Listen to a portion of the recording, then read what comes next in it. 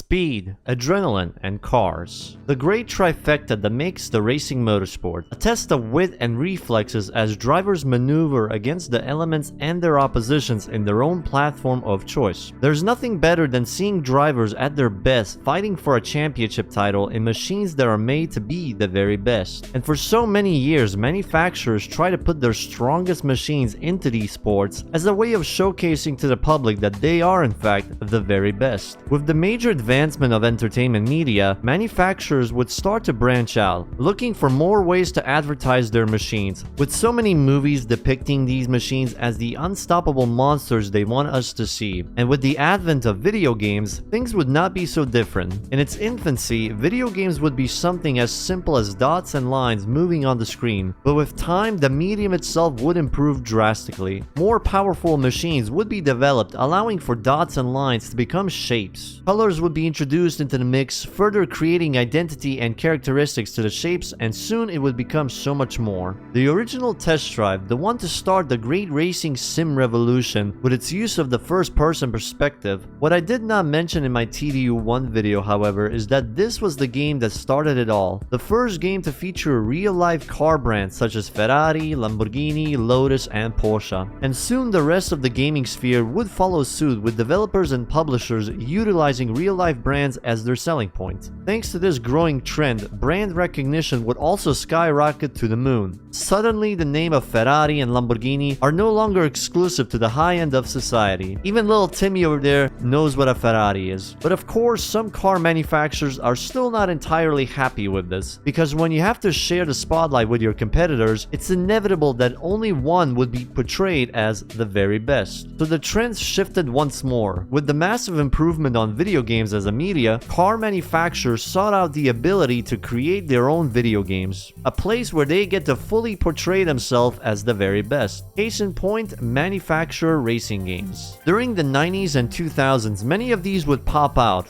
with each manufacturer wanting to convince the younger demographic, whether it's by using simple performance showcases or by making extremely wacky, wild, and daring stunts. So without further ado, I present to you the wacky world of manufacturer racing games. Lotus Challenge for the PS2, the racing game of my childhood, a game solely about the British manufacturer, developed by Kuju Entertainment and published by Virgin Interactive in the year 2001 for the PlayStation 2, GameCube, Xbox, and Windows PC. With 75 years of rich history in its belt with their involvement in Formula 1 and becoming a Bond car with the Esprit S1. Said long history also means they have a lot of material for use in this video game project, in which case, let's see if the game really is good or if I have been a victim of nostalgia. So the game has several modes, but its main campaign here would be the challenge mode, a set of challenges we need to complete. Starting off, we got a choice to play as Jack or Zoe. One thing to note is that both Jack and Zoe have different challenges, though something the game doesn't explain or tell openly, Zoe is secretly the hard difficulty option. The menu UI is also very minimalistic yet refined, with the use of gear shifts as the sound effect. The game feels alive just from the tutorials alone, thanks to the communication with the instructor, and he got some nice lines for fails. Oh, what are you doing? You're driving like your grandmother. Jack, your dog can do this blindfolded. Man's got some sass. In fact, he's not the only one with some sass in him. No, cut! Zoe, we didn't pay all this money to put a monkey behind the wheel. No, cut! I thought I heard a stunt driver, not a bus driver. Starting simple with basic challenges from simply doing laps, acceleration tests, speed matching, and even doing donuts and spinning. In the case of failure, this game is nice enough to give us some pointers on how to properly do the tests. But the challenges are pretty much the highlight, as they can get super unique with stuff like stunt jumps, movie stunt drivers, and even car bowling. And there's even a penalty shootout minigame. And even more surprisingly is that both Jack and Zoe have a different set of challenges. Hey, baby! How about a real race? Last one over the bridge loses! This explains why I felt unfamiliar with Zoe's missions, because back then I've only played as Jack. We even got some surprising revenge stories in here. I'll make sure that you won't take part in the next race.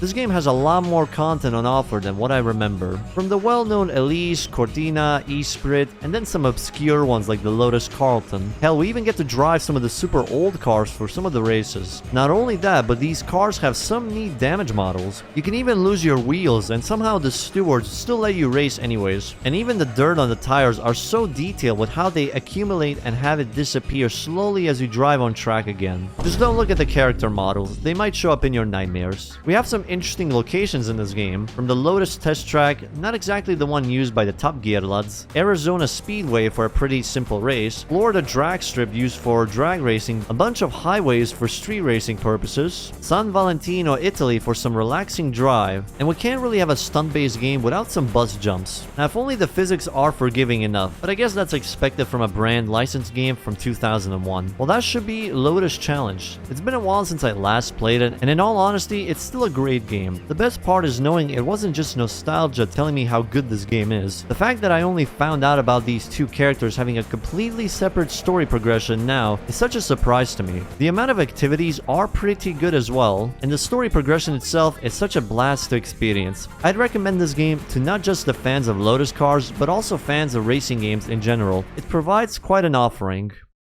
Next game on the list, from here on out, it's completely uncharted waters for me. Squadra Corse Alfa Romeo, released in 2005 by an Italian game studio, Milestone. Starting off the game, we're immediately greeted with abilities, and these abilities confirm some things in the game. There's intimidation similar to what was in Juice 2. The game modes available to us are Dynasty mode, Instant Access, and Multiplayer, but we're mainly going to focus on the Dynasty mode. Here we got 5 different tiers and a number of modes and championships to climb up, so it looks like this is actually going to take a while. First thing that I usually check with these games is the handling model, and in this game, it is quite alright. The next thing I wanted to see was the damage model. If Lotus Challenge is going to have some pretty stellar damage model, then surely Alfa Romeo is going to have one too, right? Well, it's certainly there, despite not as much as Lotus Challenges. So how does the game try to differentiate itself from other games? Well, have you ever heard of the term car PG? It's basically when racing games try to integrate RPG elements into themselves, which you will see later, but for now, here comes our first race. We got some things to pay attention to in this game.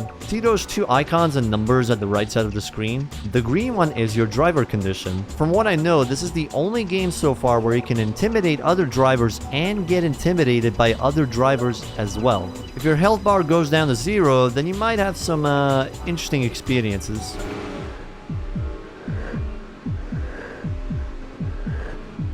The blue one is your car health. Now, of course, logic says if you crash the car so much, you'll get wrecked. But touching grass also kills the car very rapidly. And then there's the one that looks like a stretched out tiger. That's the Tiger Vision. It's basically a rewind ability, but very limited and short. While I was explaining the mechanics, it looks like we've left the competition far behind. This is pretty much how easy this game is in the early stages. You're basically Max Verstappen in these events. We got XP and some extra statistics like victories and intimidations, along with how many left to do for an award.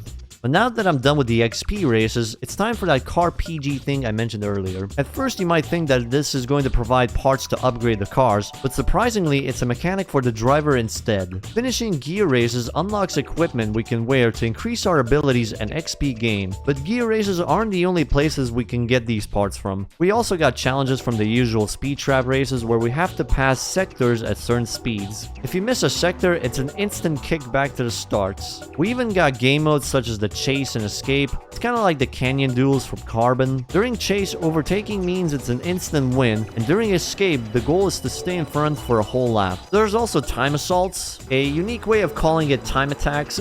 Some of these races can be pretty ridiculous with its requirements though, like 9 laps in the rookie tier. If there's a way to bore people to death very quickly, it's this. But anyways, before we start talking about the later stages, we should talk about what these games are designed for specifically, showcasing the cars. Being a manufacturer that has been around for over 100 years with many prestigious achievements and involvement within the motorsport industry, surely they got a lot of cars lined up for this. And yeah, they actually do. We got quite a bit of selection of cars with some basic street versions, some race cars, touring cars, and even got some neat concept cars. And aside from car variety, we also got a bit of track variety. Like we got a lot of tracks, some being pretty suspicious, like this Italian version of the Red Bull Ring, the Hockenheim Ring, and it's but hey, at least we got some neat tracks like the Michelin track and actually a good Laguna Seca. It's certainly an interesting game, especially thanks to its RPG mechanics of upgrading the driver, instead of the usual car upgrades we're used to seeing.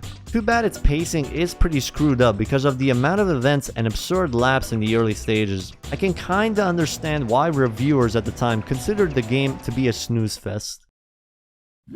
Ford Racing. This is one of the most requested games out of the rest. If I had a chev up for every person asking if I'm gonna cover the Ford Racing series, I'd probably have enough for an entire month. But which Ford Racing, you might ask? Well, all of them. Starting off with the very first Ford Racing game. The intro alone looks and smells like the 2000s, and the UI definitely is a welcomed one. I like the engine noises. It's a bit better than Lotus Challenge's knob sound, certainly. Though there are only career and quick races here, so quite a limited selection. In the option, however, they got something like hidden items. What does it hide though? Well, the list of cars and tracks. So what we have here is essentially 12 cars and 8 tracks. And to unlock these cars, you have to play the career mode. We get to start off with a car in a car season. You'll progress through the season and you'll get to unlock more cars for use in quick race. And the season consists of several races separated by a race calendar. It's a pretty cool thing for immersion reasons, of course, but why does it take 2 months between races? It's like the car gets too overheated after a race that they had to store it for months before racing again. Before jumping into the race though, we are given several options. A practice session, setup, and the option to either qualify or skip qualifying. Qualifying is for chumps, so we're skipping that.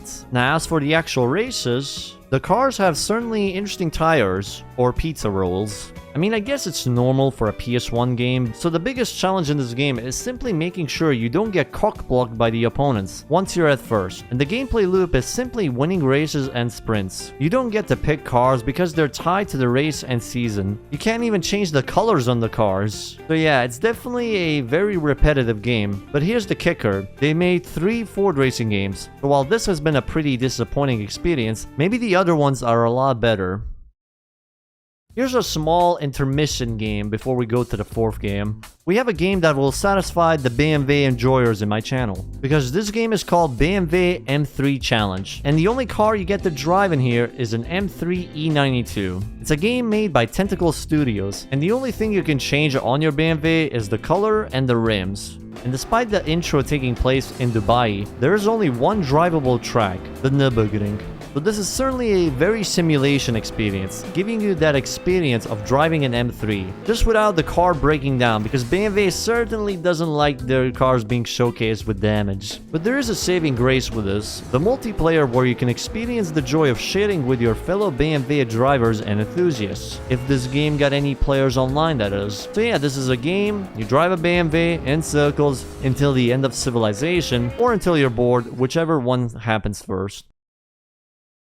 Up next is Ford Racing 2, launched around 2003 and developed by Gotham Games. Starting off with a much better intro than the first game. We even get to set our preferable handling from the get-go. That's a pretty neat feature. The UI certainly feels a bit more generic, but it also got enough flavor with the sound effects and the cars running in the background. And this game is already a major upgrade from its predecessor. We got around 34 cars split into several categories such as living legends, movie stars, SVTs, concepts, stock cars, and a couple more. This is certainly welcome since Lotus Challenge, a collection of cars ranging from the old classic to a bunch of concepts, making you feel like you're going through Ford's catalog history. The cars aren't the only improvement. The gameplay here is an even further improvement as well, with many challenges to do with different objectives for each challenge. It's certainly not as wild as Lotus Challenge, but it certainly helps with variety, especially compared to its predecessor only having normal races. We got cone challenges, racing line challenges, and some NASCAR races too with the stock cars. Winning challenges unlocks further challenges and the car that you used in the challenge. There are some instances where we get to choose which challenge to unlock.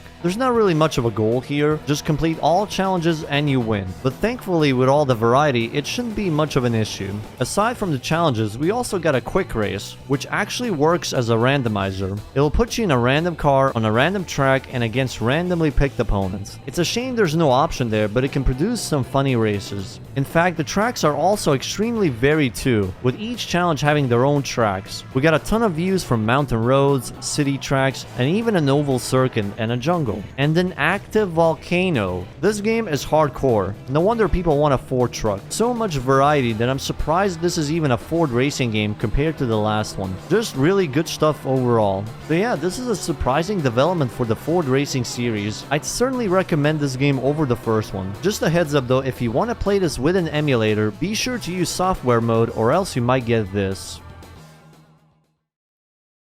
You think we're done with Ford supremacy? Think again. Because we're covering the entire trilogy for all my American enjoyers out there. Ford Racing 3 came out in 2004, only 1 year after the last game.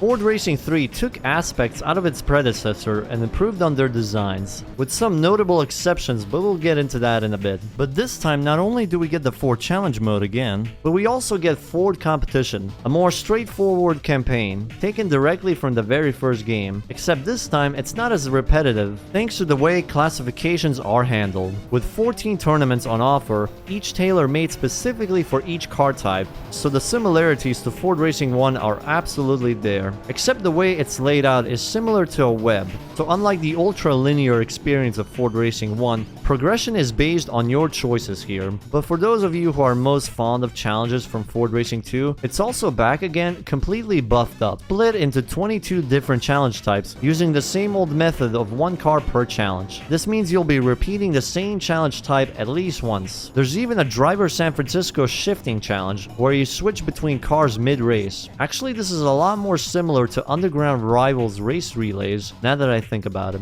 A new addition is the driver rating, which is necessary for progression. The higher the difficulty of challenges, the more rating is granted upon victory. It's great to see this as yet another racing game that encourages its players to overcome their skill issues. The car count this time has jumped up significantly from 34 cars to a massive 55 cars. You might think that's a bit too small, but you gotta remember this is a Ford-only game. For a game to only use one manufacturer and somehow manage to almost double its car count, it's unheard of really. As for the tracks, there's a bunch of them, and just like Ford Racing 2, they're extremely varied from the cities to the highways to the forest and mountains. At the start you pretty much only have a few tracks and cars unlocked, so you need to play both competition and challenges for unlocking new content. But if there's something I prefer in the older one, it's how crazy the map can get. Remember that in Ford Racing 2, we can drive on flowing hot lava. They certainly dialed it down here. I'm guessing it's for the sake of realism, even despite the game being more arcadey than before.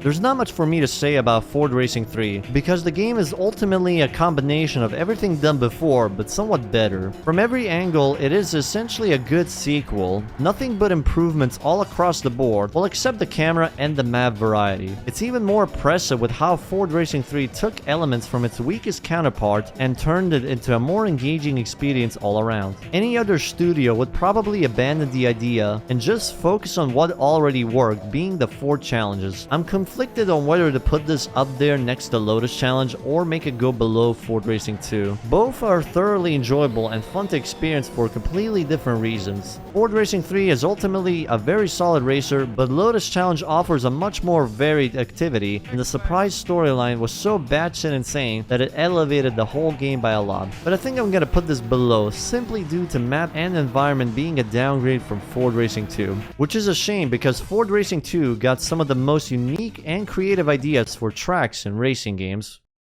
Now, if you think the Ford Racing trilogy is going to represent the God-blessed American soil in this video, you'd better be prepared to be wrong. Next on the list is Corvette. Yeah, just Corvette, not Corvette Racing or Corvette Challenges, just Corvette. Developed in 2003 for Game Boy Advance, PC, and Xbox, with a PS2 port in 2004 by Steel Monkeys, which I cannot find any info on besides that they've been used around since 1998, with the last game being made back in 2015. As the name suggests, this game features only Corvettes, not the whole Chevrolet lineup. which I guess makes sense in a way since it's the most iconic line that Chevy has on their belt. It'll be like Ford making a game that's only about Mustangs, which they didn't, and you will see why later. The game seems to use a bit of simcade handling, so it's a bit like Alfa Romeo and Lotus Challenge. Each car has their own handling to deal with, but they feel like a torpedo in a straight line, but completely turn into a rock when turning. It's weird for me to say, but the Corvette career mode reminds me a lot of a mix between Hot Pursuit 2 and Porsche Unleashed in a way. You just gotta progress by beating every race in an order, so it's gonna be a bit tedious, especially since each generation got a hefty amount of races to clear, and then multiply it by 3 or 4 times,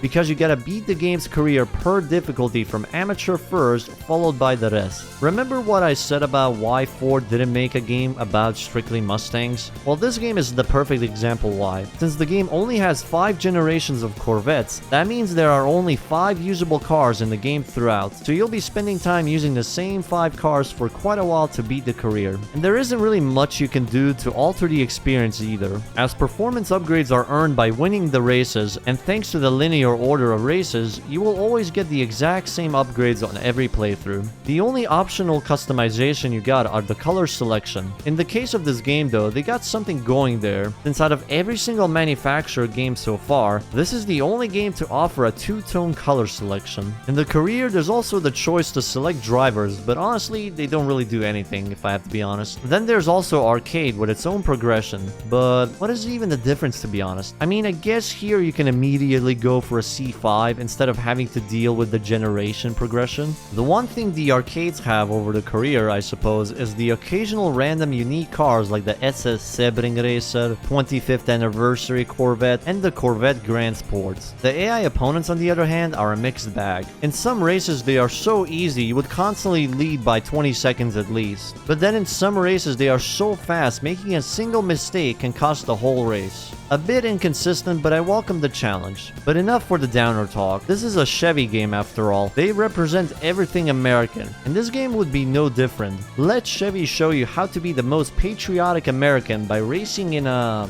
quarry? Actually, that's not the right one, hang on. This track right here, the military base with all the proud American soldiers and the God-blessed aerial tactical machines, and even better, yet a NASCAR oval that is directly connected to the main roads. But other than that, you got some interesting tracks, I suppose, with the countryside tracks, with all the mills and the long country roads. So I'm glad to say the tracks here are easily one of the best things for the game, though it's not better than Ford Racing 2 when it comes to the wacky variety. Even more surprising is how some tracks are way too challenging with how many turns and chicanes they have. Some oddities here and there. Notice the speedometer, if I use the chase cam, it's digital, and this applies to every single car. Now watch what happens if I move to the hood cam. The speedometer gets huge and looks classic. I'm not sure why it's a classic one only in hood cam. Is this sort of an attempt at making a legal cockpit cam? There's also cops, but they're not really that relevant. And yeah, I think that's all I can really say about this game. It has the same issues as Ford Racing 1, but it's still a lot better than that game since it has some good looking tracks, plus the arcade mode is somewhat of a better career anyways. The biggest problem with this game, I suppose, is still the mundane repetitions. They really dropped the ball hard with this one, and if I have to be honest, they should have made a game about the Chevy brand as a whole instead of just the Corvettes. If there's one game I can easily consider as shovelware, then this is it. The loading screen alone gives you goofy vibes. The fact that this game only released in the US and it's made by an unknown developer sure doesn't help make it look any better either. And the controls are scuffed as hell. This is the peak of shovelware. It's released in November of 2008, but now that I got the controls working, I can...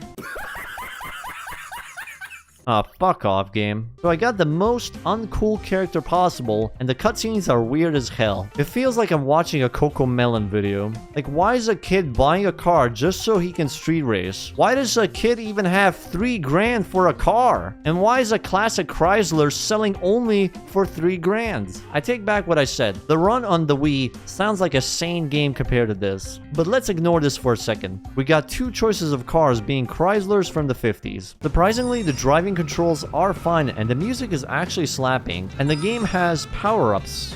Wait. It's f***ing Mario Kart again! Now it seems the game has two types of currency, the regular cash and the second one being CP. Not the same CP as something you'd see in Tokyo Extreme Racer, but in this case it's called cool points. The cool points is equivalent to wrist power, but it's mostly used to purchase things like clothing for the nerd. That is only 2 out of 15 races in the King of Cool career mode, by the way. The formula of the game being each race seems to have 2 activities, a regular race followed by either a one-on-one race or a mini-game. Surprisingly, this game also has a car upgrade mechanic. It's quite basic, except you gotta buy a whole package to unlock a group of parts to use, so it can be quite limiting. There are some tracks that got some weird music, like this King's Challenge race that for some reason, the music makes it seem like you're locked up in a prison.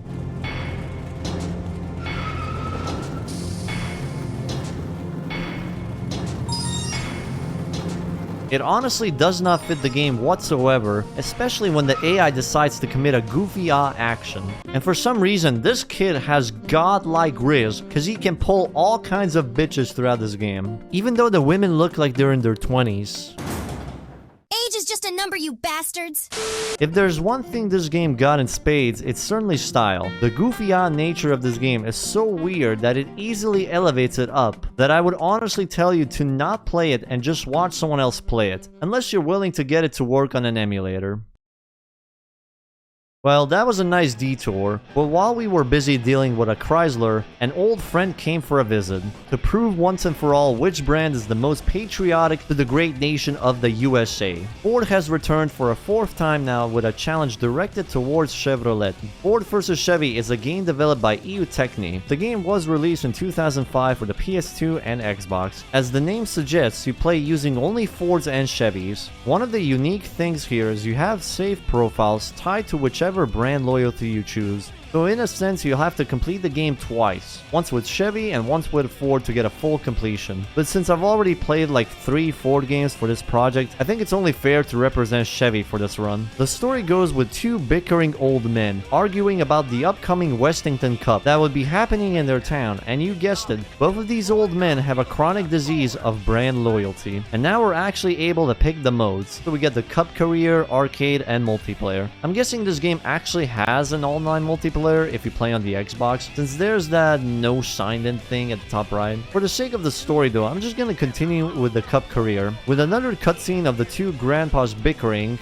To start off the career, we're given a choice of Chevys. Now apparently there are 48 total cars in this game for both brands. Not as many as Ford Racing 3, but at least it's more than Corvette or most other manufactured games I've played so far. Cars can also get damaged and they carry over throughout the career, so every now and then you gotta go and repair it. It gives a bit of strategy in whether you want to spend points to repair or save it for an upgrade or trade it in for a different car. Tuning on the other hand is a bit similar to Street Racing Syndicate, where every upgrade part got different manufacturers providing different performance for different prices. For the progression, it's separated into 5 series, each containing a set of events where we either use our own car for events or use a preset vehicle. First series in the list being the Modern series, based around the modern production cars, which is a bit iffy once you start noticing the Ford GTs and Corvette C6 among the Impala, Cobalt, and Mustangs. There's also the commentators, but they're just there. They do make the race sound interesting, even if they do get a bit repetitive after a while. Another thing I noticed is the Nitrous pretty much follows a similar rule of Need for Speed Underground 2. The points gained refill the boost bar as well. The other events for this division contain some non-racing events, which is pretty neat though. The first one is just an item collecting challenge, but then we got this one event proving how unreliable a Chevy NASCAR is. Okay, I'm joking, but this is how we're supposed to go into every single tuning garage in the town. And it's a set of off-road challenges for the Westington Cup with a whole new set of cars as well. We even get to see very first concept in the game, a concept Chevy truck, which we're using immediately for our next event, taking a photographer into 9 different spots. One thing the game never really explained is with the teammate mechanic. You can essentially tell your fellow brand supporter to either attack or defend. I guess defend is self-explanatory, but what is attack even?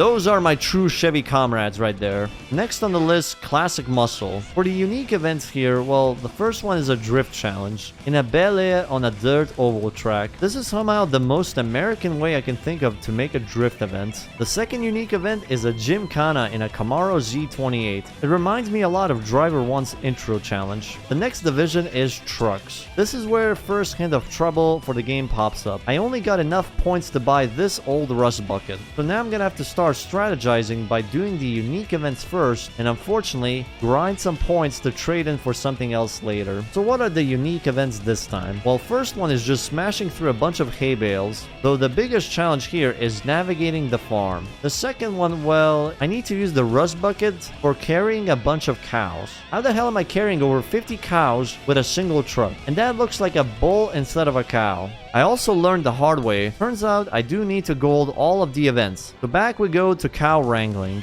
The last series, and this is pretty much the most interesting one, with stock cars, a C5R and uniquely a Monza GT. As expected out of the racing series, these cars are quick.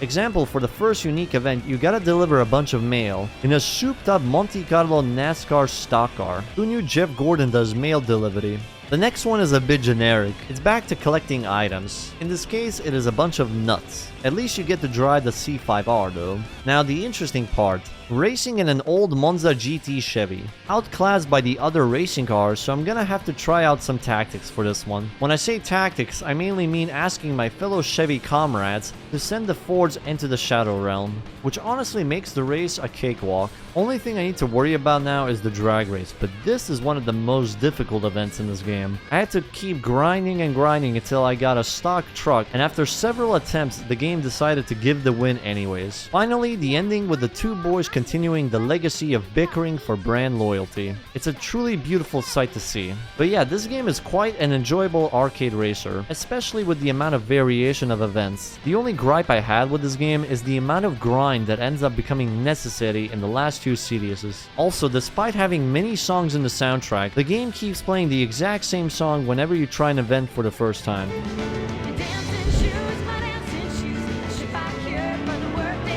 And the teammate mechanics certainly made the races a little bit too easy. The added bonus, of course, is that you can do the game all over again with the other brand, so the game technically has double the content.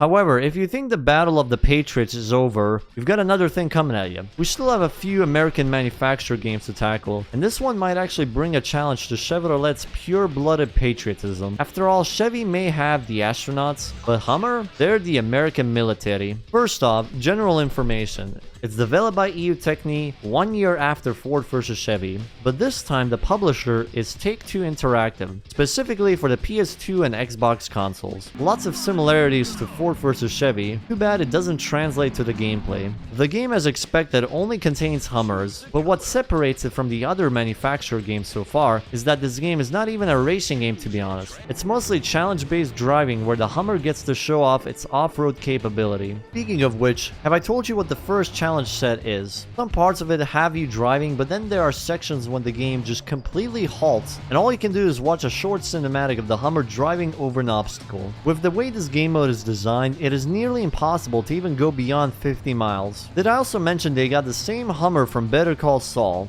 But there is a game mode where the game gets enjoyable. Pikes Peak, the Hoover Dam checkpoint race, and Beat the Clock.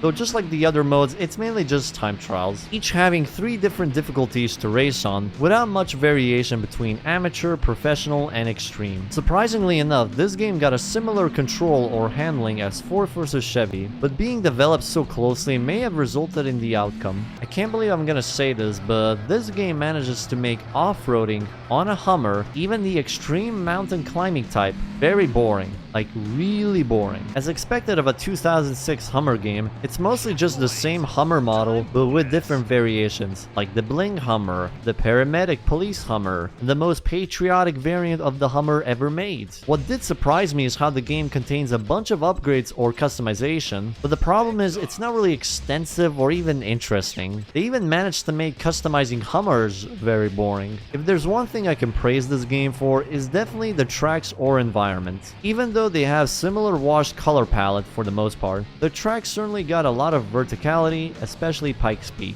But overall, Hummer blew its tires and pretty much waddled its way into the finish line. Like for comparison, 3 years later, Sega made a Hummer arcade, which already looks far more interesting than whatever this is. And I'm gonna have to put this so low just from the disappointment alone. I still can't believe you managed to make a Hummer game so freaking boring.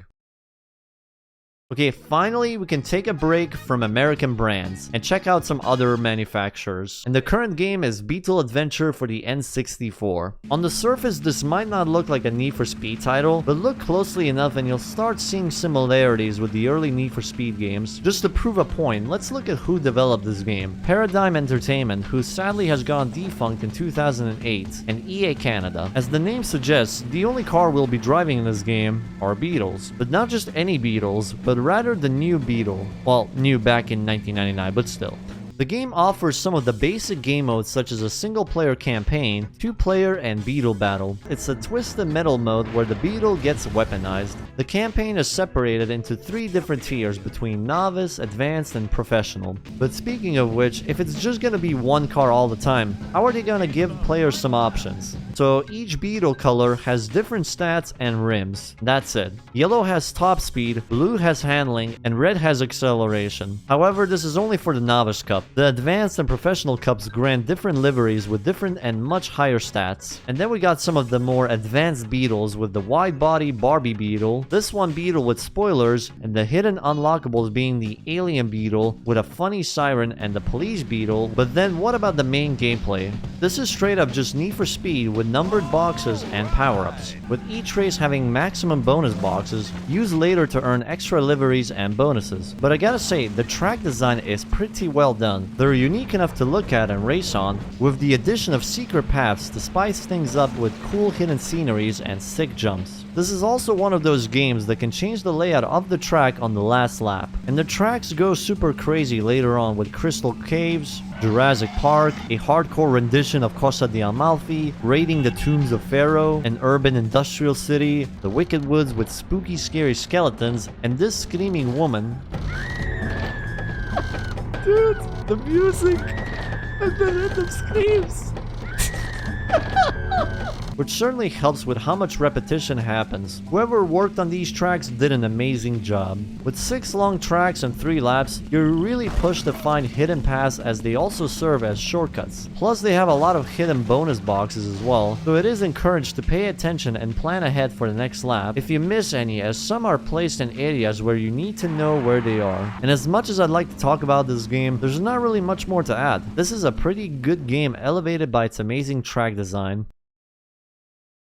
So we've talked about Ford, Chevy, and even Hummer, but there's one more blessed American brand waiting to finally get a chance to be represented. It's the Dodge and their flagship Viper. Viper Racing is a 1998 PC game made by Monster Games, a developer studio surprisingly still available currently. Apparently they've made mostly NASCAR titles and some Nintendo games like the Donkey Kong games and Xenoblade Chronicles 3D. Going in the same theme as Bettle Adventure, we got Viper Racing as a single car. If the Bettle Adventure was an arcadey fun with a ton of creative map design, Viper Racing is the complete opposite. The 1998 sim racer with a pretty great damage model, where they take a lot of liberty is in the track designs, like this NASCAR stadium with the weird curves, and the countryside. Each race in the tournament consists of a quali run and the main race itself. Both are quite the doozy in terms of difficulty, as the AI in the front does not hold back. It's quite good to see challenging simulators like these, even though the AI can be super questionable at times. Oh yeah, there's also no restarts in this game, so you're completely screwed due to AI incompetence. While there aren't any other Vipers around, this game does have upgrades and customization for your Viper, so you can tune the car to your own personal taste. Luckily enough, there aren't any damage costs, so you can quite go ham to test out how in-depth the damage model can go. It'll get fixed after resetting anyways. And that is pretty much the loop of this game. Win championships, earn cash, upgrade your Viper, and repeat. It's a very simple premise and one I think works well here. This is probably the oldest sim racer I've tried out, and one I can consider as a well-made one. Imagine how great this game would be if it was not strictly limited to Dodge Vipers. If you've seen some weird visuals in this recording, like this weird transparent texture, that is pretty much the result of trying to run an old game on a modern system.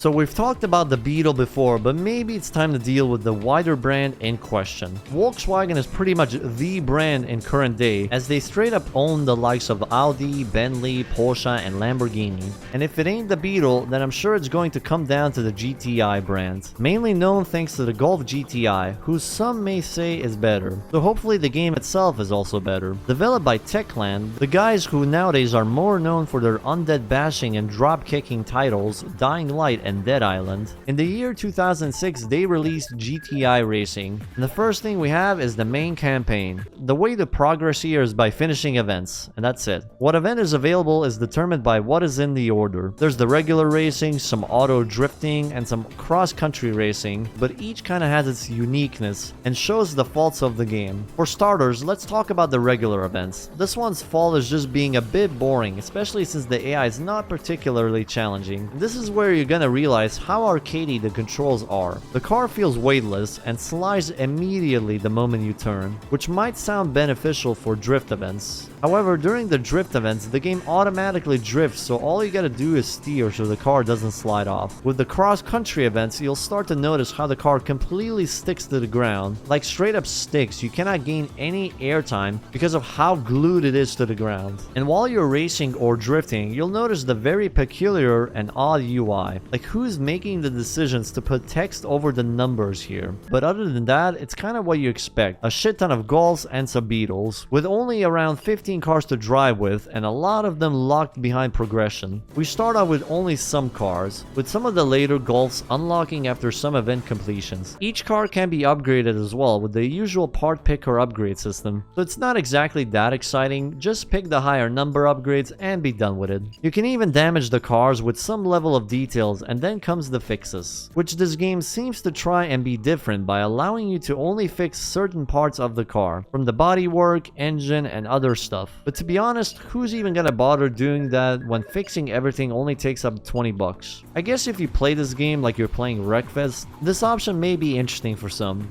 And that is the only thing I can muster up for this game. It exists, it is truly a game of all time, it honestly feels pretty meh. So you know what, I'll give this game a Golf 5 out of 10. It's alright, just not that interesting.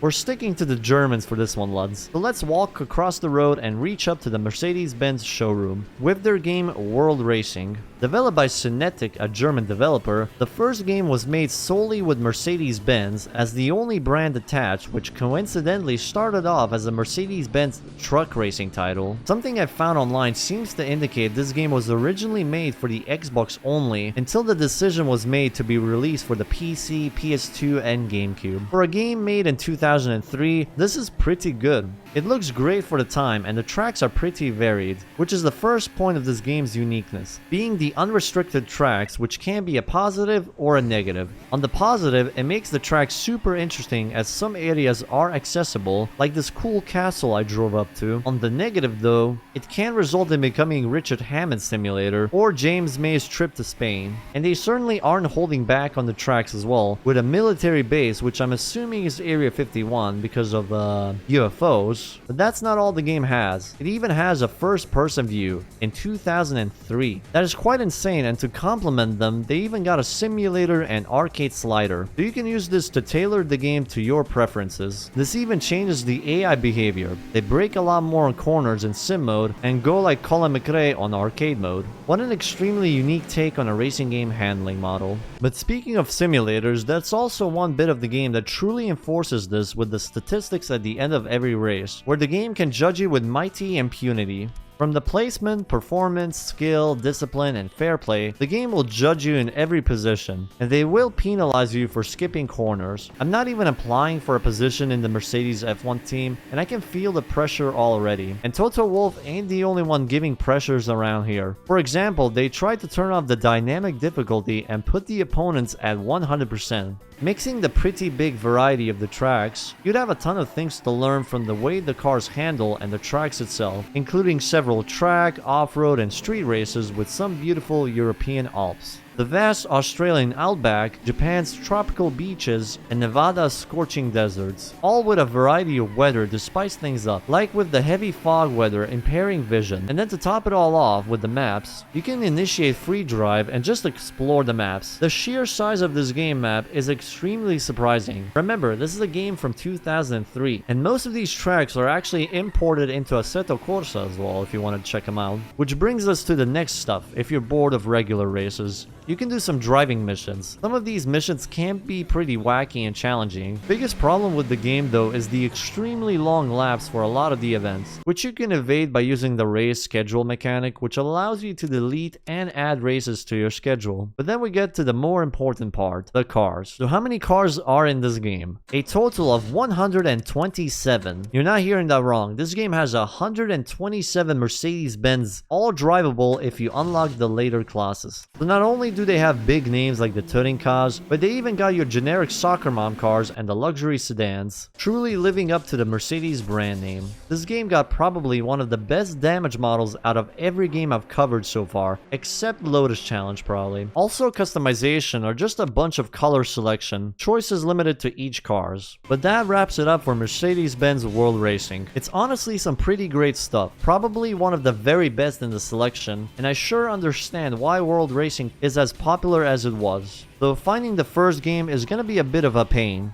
World Racing 2 is available on Steam with a re-release replacing all of the brand names and an active modding scene, so that option is available for those who are interested in this game. Quite a W for Mercedes.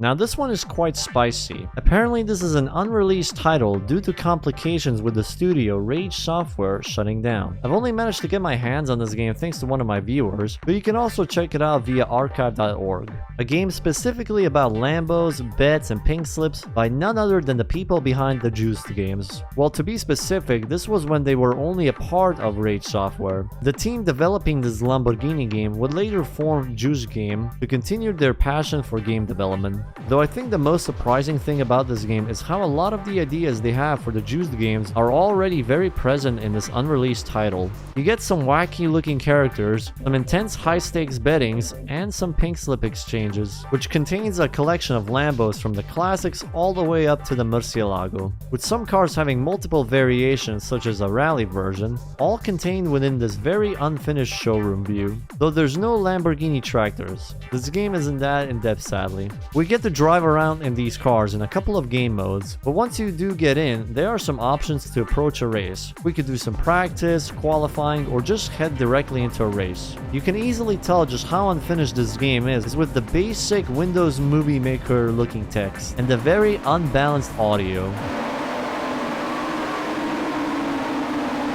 Here's what's crazy though, the physics in this game is actually closer to Juice 2, despite this game being developed before the Juice series, so now it's a mystery as to why they changed things for Juice 1. Developed with all the bettings in mind, it's unsurprising there would be a couple of direct interactions with the other racers. I want a race. Salutations. I challenge you to a duel. We'll have to see some of these animations whenever any of these rivals try to challenge you to a bet race, which can either be cash or pink slips. And you can also increase the bets just like you did in the later Juiced games. They got some funny names to match the funny faces though. Then we got some of the tracks. While they do look varied enough, there's this feeling of things being unfinished here too. And with pretty fast early Lambos, the long tracks doesn't feel like it's a slog unlike some games do. Taking place all around the world with some tracks being reminiscent of Juice 2, which further gives me the feeling this game ultimately got salvaged and turned into Juice 2 in the end. So pretty much you just beat championships and keep winning. That's the loop of the game. I do suspect this game had a lot more details planned, but ultimately everything got scrapped when the game got cancelled. There's some weird placement of motion blur only showing up in certain areas of the tracks, the car's audio being a glorified Lambo lawnmower, and of course the very bizarre and overly simplistic UI interface. I'd honestly recommend this game partially because it's just a simple and solid game to play, especially if you're a fan of Lambos, but also because of this unique feeling of trying out a never released game.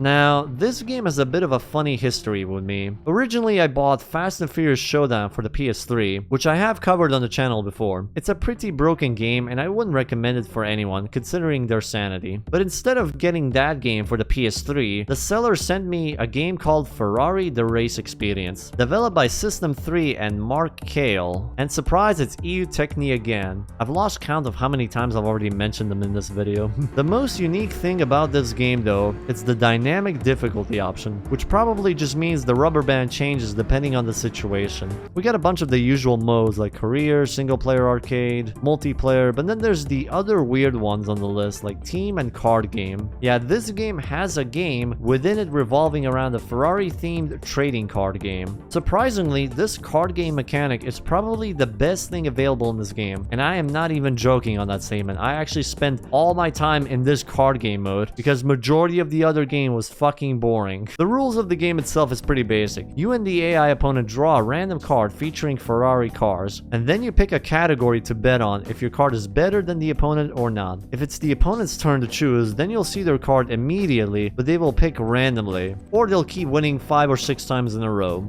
You keep doing this until someone loses all of their cards. Plus, this card game also doubles as a way of teaching players of the Ferrari legacy, with so many cars and their stats shown for the minigame itself. But now we get to the part I do not want to talk about, the actual gameplay. This game was boring. They managed to make a game where the car oversteers and understeers at the same time, kinda like their 2014 F1 COD. Is this really how Ferrari wants to be represented? You can tackle races via qualifying or directly race events, just like Lamborghini in prior titles in the video. Though if you do qualify, you're probably gonna struggle a lot with the physics. Instead, start from the back. And the events are all separated into 3 categories, all of which are separated again per car. So how many cars are there? The 3 categories are GT Race, which has 10 cars from the FXX, 599, XX, 575 GTC, followed up by the Road GT with 15 cars, with examples like the F40, F50, 458 Italia, and finally 9 cars in the classic categories from the 250 GTO, 330 P4,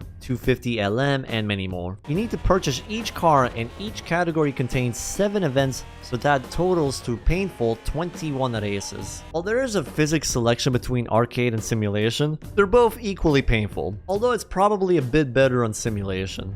We've seen this done better with World Racing though, but it's not exactly that groundbreaking or well implemented here, which is pretty much all there is for Ferrari The Race Experience. It's EU Technies as per usual, I suppose. Not much to talk about aside from it being a very boring experience, with the most unique bit being the card game. Seriously, if you actually play this game, just go ahead and play the card game and ignore everything else. And that wraps up the video. If there's one thing to take from this, is just how unique some titles can be. Being manufacturer bound, they can't really rely on massive car lists to carry them, unless it's a major brand with big histories, or if they don't screw themselves over with only using one car model. But even then, you can still get some good experience with a single car model manufacturer. Games like Bettle Adventure, with its fun and well-designed track design. Plus, we got some form of sim racing history with Viper Racing, some goofy bits with the Chrysler game, and I get to re-experience my childhood with Lotus Challenge. Originally, this video was just gonna cover a couple of games, but then I started asking for additional games, and here we are. I do apologize if certain games didn't make it into the list. If I kept adding additional games, this video would probably be 3 hours long. I've spent the last 5 months working on this project, so if you enjoyed the video, feel free to drop a like and a sub to the channel as it helps out tremendously. And big shout outs go to all the YouTube members that support the channel. Thank you again for watching, and I hope you have a lovely rest of your day.